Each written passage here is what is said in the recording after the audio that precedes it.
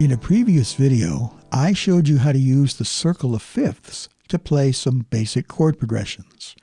So for example, you could play a song like, "Has Anybody Seen My Gal?"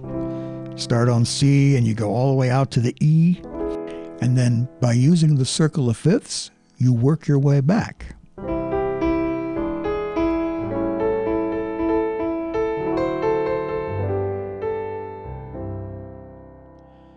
And so that's going clockwise on the circle of fifths.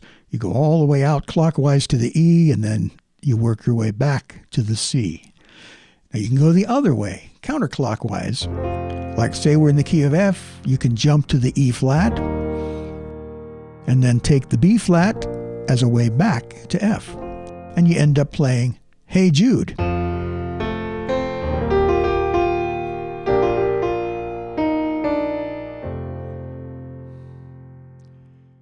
We talked about how to use the circle of fifths to play chord progressions, and now I'm going to show you how to use the circle of fifths. This is a very useful tool, this old circle of fifths.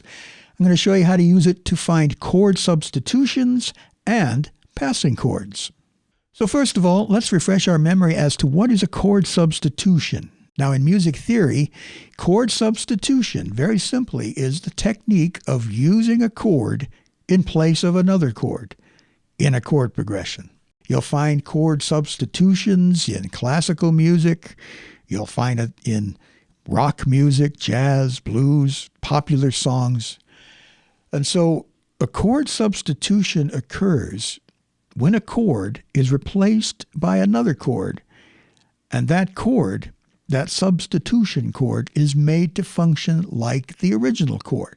So you'll hear some examples of how this is going to work and how you can use the circle of fifths to find those chord substitutions. And we're also going to use the circle of fifths to find passing chords. Now, passing chords, you don't need them necessarily. They are what you might call non-essential chords, but they're used to smoothly transition between two other chords in a progression.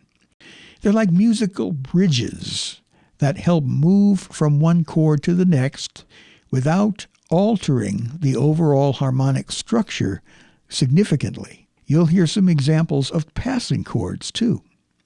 So here we have the circle of fifths. And you'll see in this particular rendition of the circle, you have the note names, C, G, D, and so on. These can be used to represent chords and the key signatures. So this particular picture of the circle of fifths shows the number of sharps or flats in each key signature. So starting from the top of the circle and going clockwise, let's use the letter names to designate chords. Each chord name always leads to another chord name, which is a perfect fifth above. So if we're going up on the keyboard and clockwise on the circle of fifths, then we're always going up a fifth. So going from C to G, and then up another fifth would be D, and up another fifth would be A, and so on. Now here's where it can get fun. Got to follow me closely here. We're still going to go clockwise on the circle of fifths, but we're going to go down on the keyboard. And so now each successive note will be a perfect fourth below. Perfect fourth below C is G, a perfect fourth below G is D, A, E. Same notes. If you're going up on the keyboard and clockwise on the circle of fifths, each successive note is a perfect fifth above. If you're going down on the keyboard but still going clockwise on the circle, it's a perfect fourth below. Now let's say you're going counterclockwise on the circle of fifths. If you're going up on the keyboard, but counterclockwise on the circle, each successive note, or chord if you like, is a perfect fourth above. F, B flat, E flat, A flat, and so on. And if you're going down on the keyboard and counterclockwise on the circle, it's a perfect fifth below.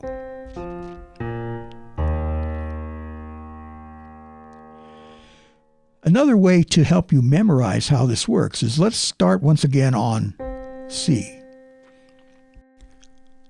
And if you're going clockwise on the circle of fifths, the next note will be G. Just play any G on the piano. Doesn't matter. And then what's the next note? You could play any D anywhere. And then the same thing going counterclockwise. You're starting on C. The next note is F. Any note, any F will do. Now you're not really thinking in terms of the interval. You're just thinking in terms of what note comes next.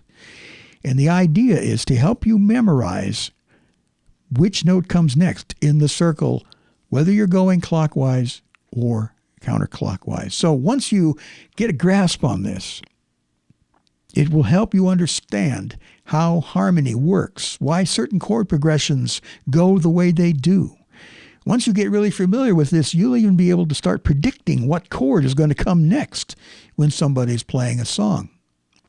And you'll also be able to figure out why certain chord progressions sound very surprising because they jump to different places on the circle of fifths. But let's use the circle of fifths now to find chord substitutions. Now, here are some of the basic rules that you can follow to find chord substitutions.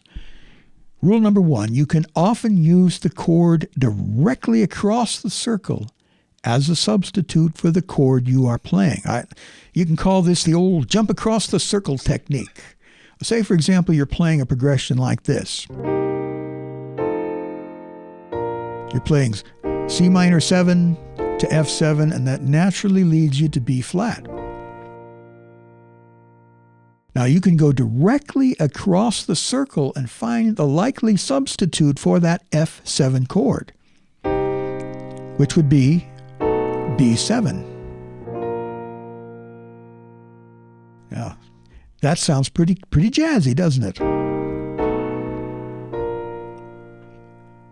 So that's rule number 1. To create a passing chord, you can use this same progression and slip that B7 chord in between as a passing chord. So now,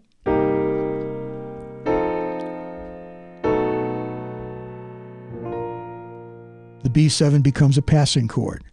Now, you'll notice something about these two chords. Remember, the F7 acts as the dominant chord, which leads you to the tonic of B flat. This B7 chord performs the same function.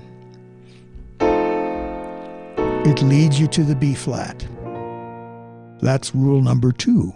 That's what you can do to create a passing chord.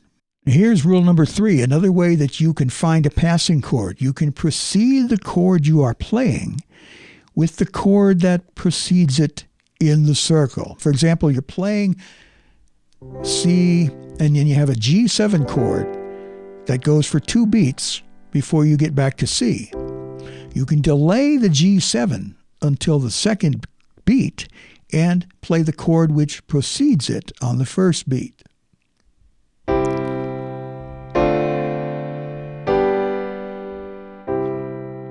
Here's an example of how it might work in a song.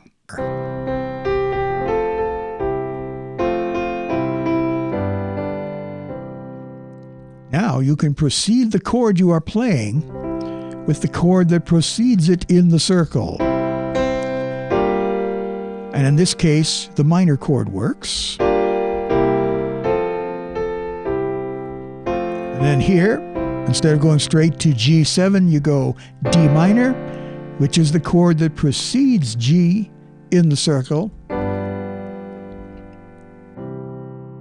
Here's an exercise that will help you get really familiar with this. First, we can apply rule number 1. We have a basic chord progression. Now you can use the chord directly across the circle as a substitute for the chord you're playing, the old jump across the circle technique.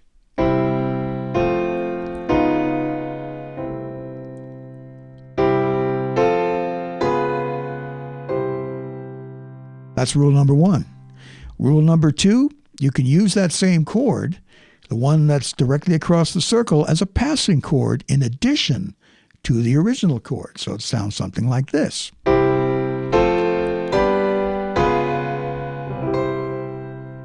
Now it's a passing chord. You can often precede the chord you are playing. This is rule number 3, with the chord that precedes it in the circle.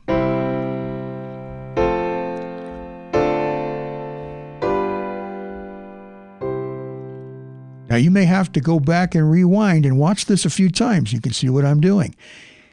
The goal now is to do this in every major key.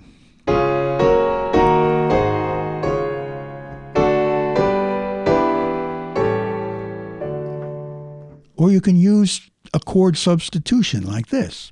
So here it is once again in C. Now you try it in D flat. Or in D.